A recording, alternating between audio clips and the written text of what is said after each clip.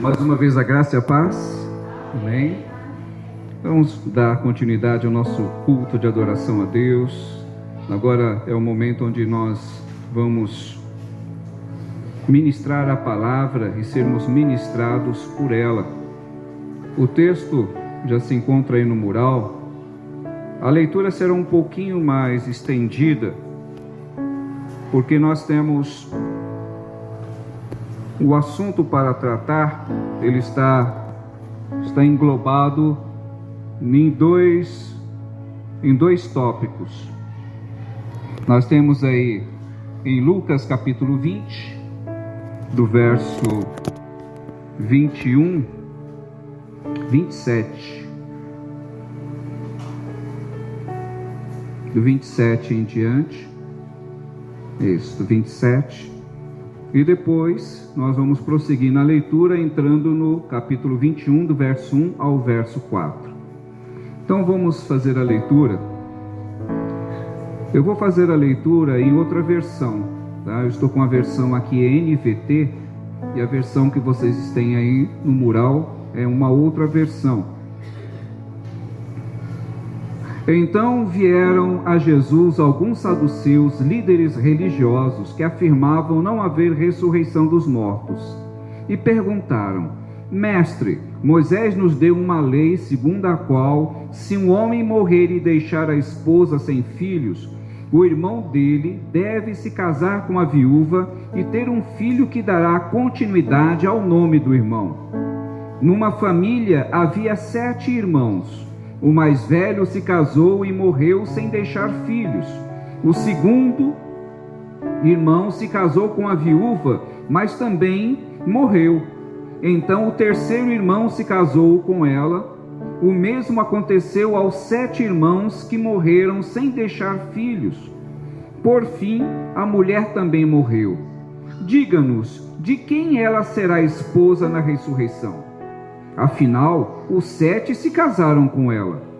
Jesus respondeu: o casamento é para pessoas deste mundo, mas, na era futura, aqueles que forem considerados dignos de ressuscitados dos mortos, não se casarão, nem se darão em casamento, e nunca mais morrerão.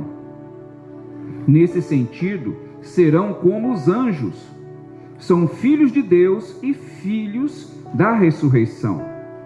Agora, quanto a haver ressurreição dos mortos, o próprio Moisés provou isto quando escreveu a respeito do arbusto em chamas. E ele se referiu ao Senhor como o Deus de Abraão, o Deus de Isaque, o Deus de Jacó. Portanto, ele é o Deus dos vivos e não dos mortos, pois para ele todos vivem. Mestre, o Senhor disse bem, comentaram alguns mestres da lei, e ninguém mais teve coragem de lhe fazer perguntas. Então Jesus lhes perguntou: por que se diz que o Cristo é filho de Davi? Afinal, o próprio Davi escreveu no livro de Salmos: o Senhor disse ao meu Senhor: sente-se no lugar de honra à minha direita, até que eu humilhe seus inimigos e os ponha debaixo de seus pés. Uma vez que Davi chamou o Cristo de meu Senhor, como ele pode ser filho de Davi? Então, enquanto as multidões o ouviam, Jesus se voltou para seus discípulos e disse: cuidado com os mestres da lei. Eles gostam de se exibir com vestes longas e de receber saudações respeitosas quando andam pelas praças, e como gostam de sentar-se nos lugares de honra nas sinagogas e à cabeceira da mesa nos banquetes. No entanto, tomam posse dos bens das viúvas de maneira desonesta e depois, para dar a impressão de piedade, fazem longas orações em público. Por causa disso, serão duramente castigados. Capítulo 21, verso 1. Então Jesus, no templo, observava os ricos depositarem suas contribuições na caixa de oferta. Então uma viúva pobre veio e colocou 2 moedas pequenas. Jesus disse: eu lhes digo a verdade, esta viúva pobre deu mais do que todos os outros, Eles deram uma parte do que lhes sobrava, mas ela, em sua pobreza, de tudo o que tinha. Amém. Vamos orar? Santíssimo Deus, nós acabamos de ler a Tua palavra, e sobre a Tua palavra a nossa fé está firmada. Nós somos dependentes exclusivamente e inteiramente, Pai, das Suas ações sobre as nossas vidas. Espírito Santo de Deus, é o Senhor quem consola, é o Senhor quem dirige, é o Senhor quem nos orienta. E por causa disso, Espírito Santo, nós estamos na Tua dependência. Te agradecemos por esse momento e te agradecemos por Tua bondade. E tudo isso no nome daquele que vive e reina para sempre, no poderoso nome de Jesus. Amém. Nós fizemos uma leitura um tanto extensa, porque o assunto ele vai discorrer, fazendo uso de todo esse trecho. Nós começamos, a última vez que estive ministrando aqui, nós falamos um pouco a respeito de ressurreição. Ressurreição é um assunto extremamente importante para os cristãos em todo o mundo. Por que a ressurreição é importante? Porque é a ressurreição o fator primordial para que a nossa fé esteja firmada em uma vida futura. Sem pensar em ressurreição, se a ressurreição não vai existir, nada do que nós estamos fazendo aqui tem valor. Tudo aquilo que nós fizermos, ou que a humanidade fez, ou o trabalho de Jesus aqui na terra, ele perde o sentido. E é nisso que acreditavam os saduceus. Os saduceus também eram judeus tradicionais, porém eles eram de outra seita. Os saduceus eram homens de negócio.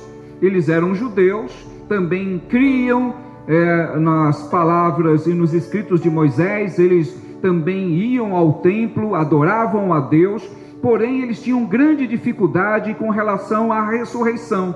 Os saduceus não acreditavam em ressurreição. Já os fariseus, que também eram religiosos, acreditavam em ressurreição. E nesse texto em que eu li, Jesus estava no templo, ele ia ao templo sempre que ele estava em Jerusalém, ele ia ao templo todos os dias. E todas as vezes que Jesus ali estava, ele era rodeado de fariseus, saduceus, mestres da lei, e grande parte da população ficava em volta de Jesus, e Jesus ensinava no templo. E algumas oportunidades, tanto saduceus quanto fariseus e doutores da lei faziam perguntas para Jesus. Eles tinham intenção de colocar Jesus embaraçado, de fazer com que Jesus passasse vergonha, de que Jesus fosse humilhado publicamente, e principalmente eles procuravam alguma forma de fazer com que Jesus viesse a falhar em algo para que eles pudessem condená-lo. E esse texto que nós lemos, ele vai tratar exatamente de uma questão como esta, onde os saduceus colocam Jesus à prova, colocando uma questão que para a cabeça dos saduceus era uma questão dificílima e improvável de ser resolvida, porque eles imaginavam, ou seja, de certa forma, eles estavam ridicularizando a ressurreição, porque na cabeça dos saduceus, como é que vai haver ressurreição? Como é que isso vai acontecer? E a questão que eles colocaram para Jesus foi uma questão relacionada à lei de Moisés e também a dúvida que eles tinham em relação como é que isso se daria. Bem, nós fizemos a leitura e você e eu percebemos que o Senhor Jesus respondeu de uma forma que eles não imaginavam. Eles ficaram atordoados com a resposta de Jesus, porque foi muito além do que eles entendiam como resposta. E isso trouxe um grande espanto para todos aqueles que estavam ouvindo. Você tira do automático, só apertar o automático aí, isso, tira do automático, ele vai parar de mudar. Desse lado que você está, na primeira fila, tem o alto embaixo, escrito alto, isso, aí ele vai parar de mudar. Mas agora tem que voltar no que era antes. E por causa dessa introdução, Jesus colocou algo que até hoje serve para todos nós. De que forma esse ensino é extraordinário? ele é extraordinário primeiro, porque Jesus confirma a ressurreição. Então, quando Jesus proferiu essa palavra, ele ainda estava no corpo da carne, não havia morrido e muito menos ressuscitado. Mas Jesus foi o primeiro a ser ressuscitado. Quem ressuscitou Jesus? Foi o poder de Deus. Deus ressuscita Jesus, então Jesus é o primeiro homem a passar pelo processo de ressurreição. E Jesus retorna à terra posteriormente com um corpo glorioso, um corpo diferente do corpo que ele tinha antes. E isto Jesus conversou com os seus discípulos, Jesus caminhou com homens, Jesus comeu, Jesus esteve com seus discípulos em várias ocasiões, e o corpo que Jesus tinha era um corpo que não dependia da força da natureza, era um corpo que suplantava toda e qualquer resistência que o mundo natural tem. Então Jesus, ele podia entrar em ambientes com as portas fechadas e lá ele estava, e ao mesmo tempo ele poderia se transportar para outro lugar. E esse corpo que Jesus tem é um corpo que a natureza não tem poder sobre ela. Então essa é a promessa que nós temos, é a promessa que a igreja tem, de que se o Senhor vier hoje, todos aqueles que já morreram durante esses séculos que se passaram, todos vão ressuscitar. E quem estiver vivo, segundo o que Paulo nos orientou, aqueles que estiverem vivos serão transformados num piscar de olhos, ou seja, em fração de segundos, todos aqueles que são vivos e estão em Cristo serão transformados para encontrar com o Senhor Jesus. Este é o desejo da igreja, é isso que tem sustentado o povo cristão. É por conta dessas promessas que muitos homens e mulheres têm doado a sua vida, muitos têm morrido por conta do Evangelho, por causa do Evangelho. Em muitos lugares na terra, muitas pessoas sucumbem e entregaram a sua vida até mesmo para serem torturados, porque creem nessa verdade bíblica, e é essa verdade que sustenta a igreja cristã. Não existe nenhuma outra religião, não existe nada no mundo que chegue próximo dessas promessas que o cristianismo tem. Nada que você possa pesquisar, nenhum tipo de religião, nenhum tipo de magia, coisa alguma tem essa promessa. E mesmo que exista alguma promessa desse gênero, ninguém pode prometer algo, porque somente Deus pode fazê-lo. Que é o mesmo Deus que criou a nossa humanidade, é o mesmo Deus que promete para nós um novo tempo, com um novo corpo e um novo lugar para viver pelos séculos dos séculos. E é por isso que vale muito a pena sermos cristãos, porque a nossa vida aqui nessa terra é extremamente curta. Aliás, nós não sabemos quanto tempo nós vamos viver, mas segundo a ciência, presumimos que o homem pode chegar até 120 anos. Se isso acontecer, é um tempo extremamente breve na multidão de tempo ou no espaço. Por quê? Porque as coisas que existem aqui no nosso planeta, e o nosso planeta não é um dos mais velhos, o nosso planeta, segundo a ciência, tem 4 bilhões e 700 milhões de anos. O que são 120 anos dentro de milhões e bilhões de anos? O que é a eternidade? Nós não temos nem número para poder mensurar isto. E a promessa do nosso Deus é que nós viveremos pela eternidade. Então não esquece bilhões, trilhões, quatrilhões, quintrilhões, não importa. Por quê? Porque o tempo deixará de existir. O tempo só existe porque Deus permitiu que o tempo contasse. Antes disso não existia o cronos, o tempo. Deus estabeleceu o tempo. Por isso que Ele é um Deus atemporal. Ele existe antes do tempo existir. Eu sei que isso é confuso, né? Vai muito além da nossa capacidade mortal de pensar. Mas isso é coisa de Deus.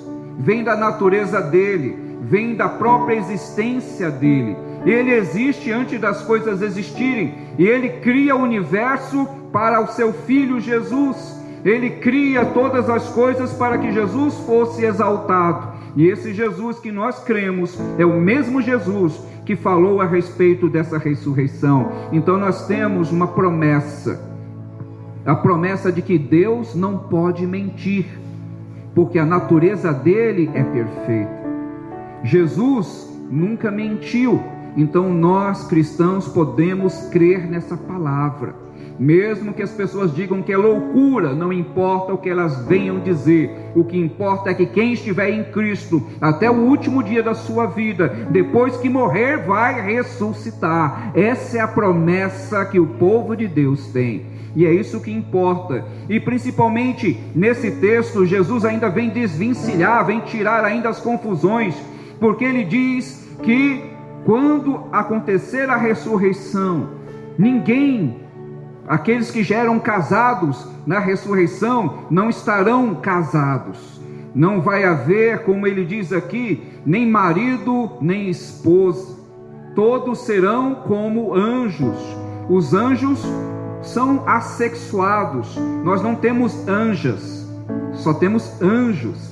Então podemos subentender que essa questão de sexualidade, macho, fêmea, até isso podemos deduzir que não vai existir. Então podemos presumir ainda nessa questão, como o texto e próprio Jesus falando, que aqueles que hoje aqui nesse mundo, se casaram na ressurreição, não vão estar mais casados. Até porque não vai haver casamento, nem vai haver união entre macho e fêmea, porque segundo o que Jesus falou, serão como os anjos. Então, amados irmãos e amadas irmãs, esse conceito que nós temos aqui na terra, naquilo que Deus prometeu para nós, é algo muito melhor ainda, muito superior ao que os homens podem imaginar. E os saduceus ficaram boquiabertos com o que Jesus disse para eles, porque a questão que eles colocou diante de Jesus era muito complicada segundo a mentalidade deles, porque eles colocaram uma questão difícil. Mestre, quando essa mulher ressuscitar, e esses homens que foram esposos dessa mesma mulher, com qual deles ela vai ser esposa? Jesus falou: olha, você está equivocado, vocês estão muito enganados. Ela não vai ser esposa de nenhum deles, e nem eles vão ser esposo dela. E isto é algo que sustenta a nossa fé em Cristo. Então entendam, amados irmãos, que quanto mais alicerçado nós tivermos a nossa fé, melhor é. Então o crente precisa conhecer essas coisas. Tudo que está aqui é para o nosso fortalecimento espiritual. Então, quando nós pensarmos na eternidade, quando nós pensarmos num corpo glorioso, quando pensarmos no que nós vamos viver, não tem nada parecido com a nossa existência. Nada do que você hoje pode julgar uma vida boa vai poder ser comparado. E seguindo essa linha, Jesus responde aos saduceus. Depois Jesus questiona os fariseus, e Jesus diz para aqueles que estavam ouvindo, e eram os saduceus: como é que não existe ressurreição? A ressurreição é real. Jesus respondendo, e Jesus disse assim: olha, Moisés escreveu, Moisés disse, quando esteve próximo à sarça, ele disse, referiu-se a Deus como o Deus de Abraão, o Deus de Isaque e o Deus de Jacó. Portanto, ele é o Deus dos vivos e não dos mortos, pois para ele todos vivem. Para Deus não existem mortos, os mortos só existem para nós. Por que para Deus não existem mortos? Porque Deus é o Deus de vivos, ele não é Deus de mortos. Então Deus contempla todos, aqueles que partiram e aqueles que estão vivos, e aqueles que ainda vão nascer. Para Deus não existe tempo, como eu estou citando para vocês. Para nós sim, mas para Ele não. Ele é o Deus que conhece o futuro, porque é Ele quem determina. E é Ele quem conhece o presente, e Ele determinou o futuro. E não existe o passado para Ele, porque para Ele é sempre o agora. É por isso que Ele é Deus. Então para ele não tem mortos, porque ele contempla os vivos. Então para Deus, tanto Abraão, tanto Isaac quanto Jacó estão vivos em espírito, e Deus contempla os espíritos. Então ele é Deus de vivos e não Deus de mortos. E essa é a confirmação que Jesus deu para os saduceus, para que eles entendessem que no plano espiritual, no plano divino, em Deus não tem morto, todos estão vivos para ele, Deus. E isso fez com que os fariseus que estavam ali dissessem: mestre, o senhor respondeu muito bem. Como dissesse assim: o senhor detonou com os saduceus, né? Aí Jesus vira agora para os fariseus. Bastava os saduceus ter tomado, né, uma orientação ali na frente de todos. Agora Jesus vira para os fariseus e fala: muito bem, né? Então Jesus perguntou agora aos fariseus: por que diz que Cristo é filho de Davi? Afinal, o próprio Davi escreveu no livro de Salmos: o Senhor disse ao meu Senhor: sente-se no lugar de honra à minha direita, até que eu humilhe seus inimigos e ponha-o debaixo dos seus pés. Uma vez que Davi chamou o Cristo de meu Senhor, como ele pode ser filho de Davi? Essa é uma outra questão que agora Jesus está falando aos fariseus, porque segundo a interpretação dos fariseus, eles não entendiam esse conceito de o Cristo ser filho de Deus. Para os fariseus, falar que o Cristo ou o Messias era filho de Deus era uma grande ofensa. Por quê? Porque Deus é um ser divino, e qualquer homem que seja mortal não poderia ser comparado a Deus. E o grande mistério é este, que o próprio Deus, ele se esvaziou da sua grandeza e tornou-se homem. Jesus é Deus, ele sempre existiu em espírito, mas segundo a vontade do Deus Pai, Jesus veio ao mundo na forma humana. E ele, que era espírito durante o universo, durante todo o tempo, toma a forma humana. E quando Jesus toma a forma humana, ele participa da humanidade dos homens, porque se Jesus não pisasse nessa terra como homem, ele não poderia interceder por nós.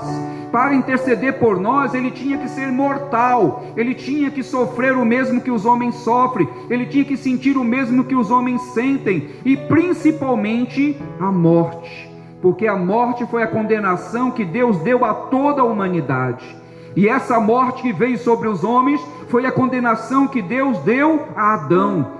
Deus disse a Adão que ele seria condenado, que ele morreria, e toda a descendência de Adão seria condenado à morte. Então, em todos os tempos, em todos os lugares, os homens morrem. E isso é por causa do pecado original, do pecado que existe em nós. E Deus cobra, e o preço do pecado é a morte.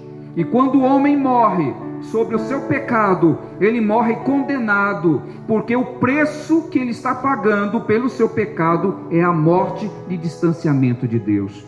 Então, quando Jesus morre, ele morre sobre a maldição, porque ele estava levando o pecado do mundo sobre ele. Mas quando ele ressuscita, Deus o ressuscita, o preço do pecado ele pagou com a morte, e agora ele tem uma nova vida. Então Jesus veio ser o primeiro homem que ressuscitou, para que todos aqueles que estivessem em Cristo também saibam que vão ressuscitar, assim como ele ressuscitou. E isso é que impulsiona a igreja. Este é o principal elemento do cristianismo. É saber que nós temos uma promessa. É saber que aqueles que estão em Cristo vão passar um dia dessa vida, mas a morte não terá domínio sobre nós. A morte, ela vai ser vencida. Por quê? Porque Jesus venceu a morte. E quando Jesus vier na sua glória, e os homens ressuscitarem, e os mortos serem levantados dos túmulos, receberão um novo corpo. Mesmo aqueles que morreram queimados receberão um corpo novo. Aqueles que morreram mutilados receberão um corpo inteiro. Aqueles que foram despedaçados por bomba serão restaurados novamente, e o Senhor dará um corpo glorioso para todos aqueles que já partiram dessa vida. Nós não sabemos como esse corpo é, se vai ser claro, se vai ser escuro, se vai ser alto, se vai ser baixo. Nós não sabemos. Se a fisionomia vai ser parecida com o que nós temos, também não sabemos. Mas nós sabemos que uma promessa como esta não é algo que se pode jogar fora. Ninguém tem uma promessa como esta. Só o cristianismo promete isto, e promete somente para aqueles que estão em Cristo, porque aqueles que não estão em Cristo vão morrer e não vão ressuscitar para a glória eterna. Vão morrer e vão ser condenados à morte eterna. A Bíblia fala de uma segunda ressurreição, e aí em Apocalipse, que fala que a terra devolverá os seus mortos, o mar devolverá os seus mortos, e aí toda a humanidade que já morreu vai ressuscitar e receber um corpo para a maldição eterna, para sofrer eternamente. E esta é a segunda morte, é a morte definitiva para a humanidade.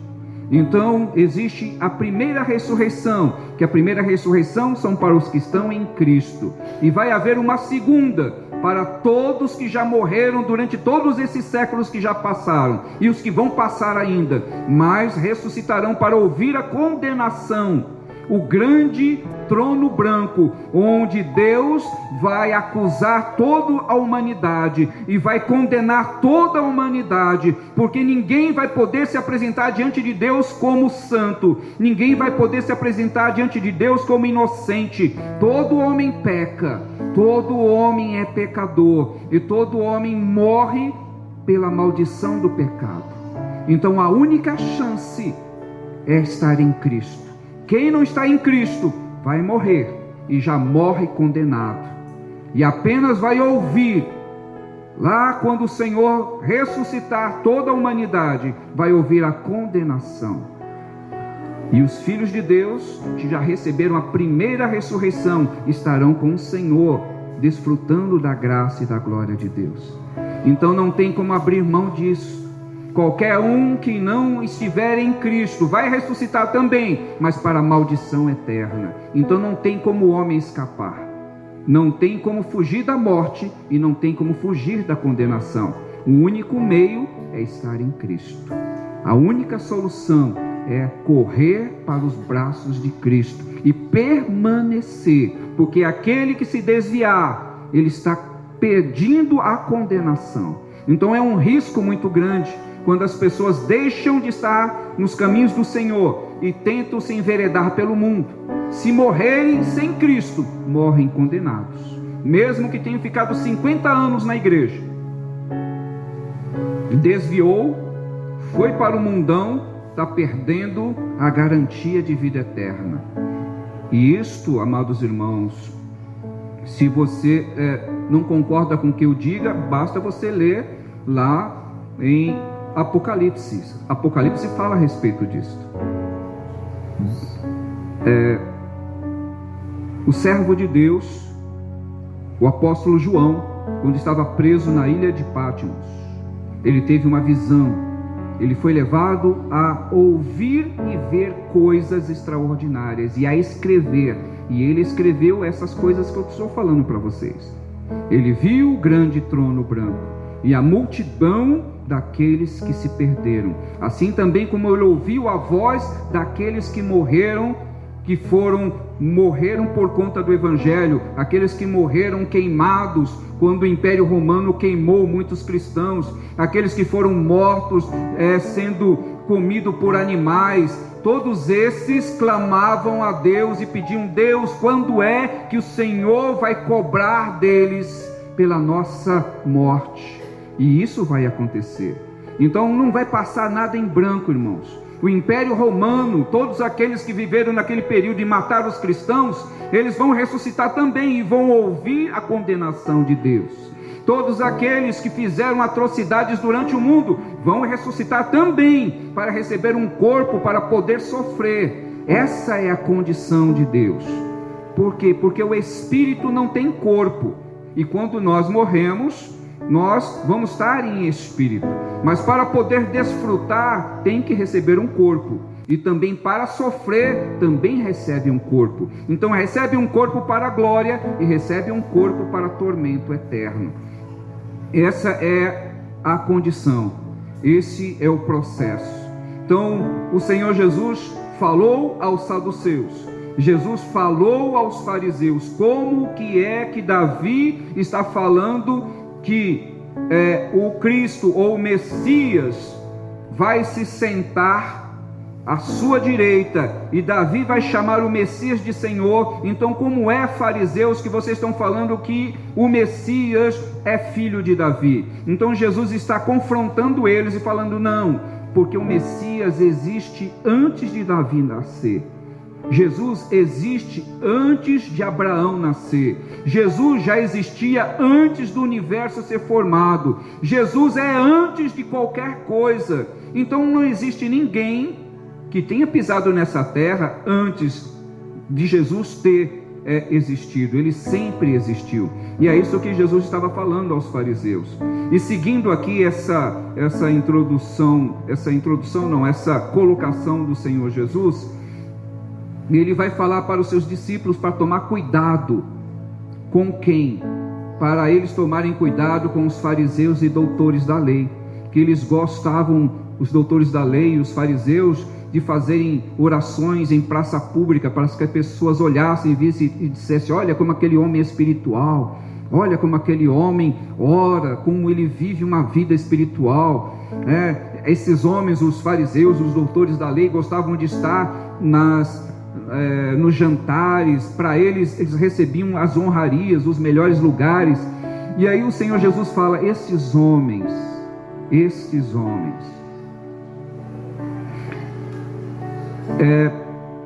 têm fisionomia e aparência de santidade, mas na realidade eles são lobos devoradores. Esses homens, eles esfolam quem eles podem. Aí ele diz aqui: no entanto, tomam posse dos bens das viúvas de maneiras desonestas. Naquele período em que Jesus esteve aqui na terra, alguns fariseus que eram religiosos, algumas pessoas da população, algum judeu tradicional, às vezes eles pediam oração na sua casa e chamavam um fariseu. E o fariseu, ele recebia por isso. Ele recebia por fazer orações. Naquele tempo também, as pessoas que expulsavam demônio, os judeus também expulsavam demônio, só que eles faziam isso com reza. E eles recebiam por isso também. A pessoa pagava para ele ir na casa. E algumas vezes, algumas viúvas pagavam para esses fariseus fazerem oração na casa delas. E eles cobravam e faziam orações longas para justificar o que eles tinham cobrado de dinheiro das viúvas. Então Jesus está chamando a atenção, falando: olha, esses homens que vocês estão olhando aí, talvez até admirando a postura deles, esses homens são só de fachada. Eles parecem que são homens santos, parece que estão fazendo as coisas para Deus, mas eles estão fazendo apenas por interesse. E aí, seguindo essa lógica, Jesus está ainda no templo, falando com os discípulos, quando ele vê uma mulher. Jesus já estava provavelmente cansado, porque ele ficou muito tempo conversando, e para Jesus poder observar, provavelmente ele deve ter saído ali, deve ter dado um tempo, essa confusão toda, o pessoal ficou pensando, ficou com a cabeça quente. Enquanto isso, Jesus provavelmente procurou algum lugar para sentar, e ele deve ter ficado próximo ali ao lugar onde as pessoas depositavam as ofertas. E esse gasofilácio, o gasofilácio na realidade não é o local onde se coloca as ofertas, como nós usamos aqui. Aqui não, em algumas igrejas, O gasofilácio era o nome do local propriamente. E existiam ali 13 caixas, onde as pessoas colocavam as suas ofertas, e essas caixas tinham formato de trombeta, e eram 13 caixas, e cada uma dessas caixas, ela tinha um propósito. Então, quando a pessoa ia colocar a sua oferta, ela tinha que falar publicamente quanto que ela estava doando e para que ela estava doando. Então, quando Jesus estava ali observando as pessoas no templo, ele percebeu que muitos ricos chegavam e falavam a quantia que eles iam doar e para que eles iriam doar. E aquilo ali, eles se sentiam extremamente orgulhosos de quanto eles estavam cooperando. E Jesus só observando, vendo aquele movimento todo. E Jesus observa também uma mulher. E por que ele sabe que essa mulher era viúva? Porque as viúvas andavam com a veste que era próprio das viúvas. E a maioria das viúvas, se ela não tivesse uma família para sustentá-la, ela teria que trabalhar. Então Jesus, olhando aquela mulher, percebeu pelas vestes que era viúva e sabia que era pobre, porque aquela mulher depositou apenas 2 moedas. Essas 2 moedas eram a menor quantia que se poderia depositar. Ela não poderia dar uma moeda, porque o mínimo era 2. E para colocar aquelas moedas, a pessoa tinha que trocar o dinheiro do lado de fora do templo, porque o dinheiro que valia dentro do templo era o dinheiro dos judeus, não o dinheiro dos romanos. Então é bem provável que aquela mulher, se ela não tivesse essas moedas, a moeda que os judeus aceitavam, ela teve que trocar do lado de fora. Então imagine uma pessoa com um valor muito baixo, ainda tendo que talvez ficar ali do lado de outros, trocando dinheiro, para ela trocar um valor baixo, para ela pegar 2 moedas, e ela publicamente ela tinha que falar: essas 2 moedas eu estou colocando aqui, talvez, vamos lá, para ajudar os carentes, porque existiam 13 locais para depósito, e cada um deles tinha escrito para que a pessoa estava doando aquela oferta. Então Jesus observou que eram 2 moedas e que ela era pobre, porque estava vestida como uma viúva e também estava dando um valor, o mínimo do mínimo que poderia se dar. E Jesus pega aquilo e vai dar um ensino agora aos discípulos. Veja, Jesus primeiro falou aos saduceus, depois Jesus falou aos fariseus, Jesus falou à população, e agora ele chama os seus discípulos e ensina algo aos discípulos. Jesus especificou muito bem o seu ensino, especificou muito bem a quem ele estava falando, embora estivesse ensinando direto, mas quando ele se dirigia aos seus discípulos, e ele disse aos seus discípulos: eu lhes digo a verdade, esta viúva pobre deu mais do que todos os outros. Eles deram uma parte do que sobrava, mas ela, em sua pobreza, deu tudo o que tinha. Essa oferta que Jesus observou, ele deu esse ensino aos seus discípulos de que Deus recebe sim, ele recebe, e a Deus nós devemos doar o nosso melhor. Ela deu tudo o que tinha, todo o seu sustento. Os homens ricos davam o que estava sobrando, embora tenham dado um valor maior, mas eles não estavam dando tudo o que tinha. Mas aquela mulher estava doando, então ela fez um voto, e estava pagando o seu voto publicamente, diante daqueles que estavam ali, passando talvez uma humilhação por ter um valor tão baixo, mas o amor que ela tem a Deus era tão elevado que chamou a atenção do Filho de Deus. O Filho de Deus contempla o teu, meu coração. Ele contempla tudo aquilo que é feito para a obra, em favor da obra e para Ele. Então não tem como nós escondermos, ou como nós falarmos algo é para Deus, quando na realidade não é. Não tem como nós falarmos que só podemos fazer uma coisa, estamos fazendo o nosso máximo, quando não estamos fazendo o nosso máximo. Não tem como nós escondermos diante do Senhor tudo aquilo que nós verdadeiramente somos.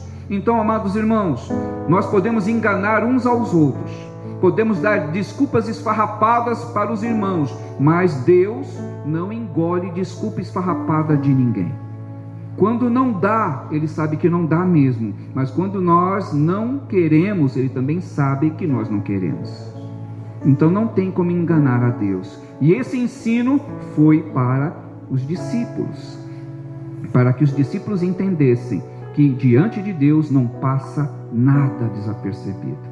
Deus contempla todas as coisas, e nós estamos debaixo dessa graça, e nós devemos a esse Deus toda adoração, e a nossa adoração não pode ser uma adoração falsa. Quando nós cantarmos, temos que cantar verdadeiramente para o Senhor. Quando nós ofertarmos, temos que ofertar o melhor que nós pudermos, porque Deus conhece a sinceridade do nosso coração. Então não tem como nós servirmos a dois senhores. Se o meu coração estiver ligado ao dinheiro, então o dinheiro é o meu senhor. Se o meu coração estiver ligado a qualquer outra coisa, então essa outra coisa é meu senhor. Mas se eu estiver ligado verdadeiramente a Deus, Ele sabe se eu sou dele ou se eu estou dividido. E essa mulher estava ali completamente ligada à vontade do seu Deus. Ela poderia nem ter ofertado, não tinha condições, deixa para um dia, outro dia, mas não, ela fez um voto e ela cumpriu o seu voto. Isso é importante, irmãos, isso é muito importante. Então guarde esses ensinos, guarde essa palavra no seu coração. Nós só temos que continuar nessa peleja, entendendo que o Senhor, Ele nos ama com amor eterno, e Ele quer que eu e você façamos a vontade dEle plena, que nós nos envolvamos de uma forma genuína, que tudo que nós venhamos a fazer seja de uma forma sincera, para que Deus receba na sua glória todo o nosso louvor, toda a nossa adoração, e tudo aquilo que nós estamos aqui prontos para oferecer ao Senhor, tem que ser com esse sentimento, assim como aquela viúva que entregou diante de Deus o seu tudo, e não é pouca coisa. Jesus disse, não foi pouca coisa, ela deu tudo.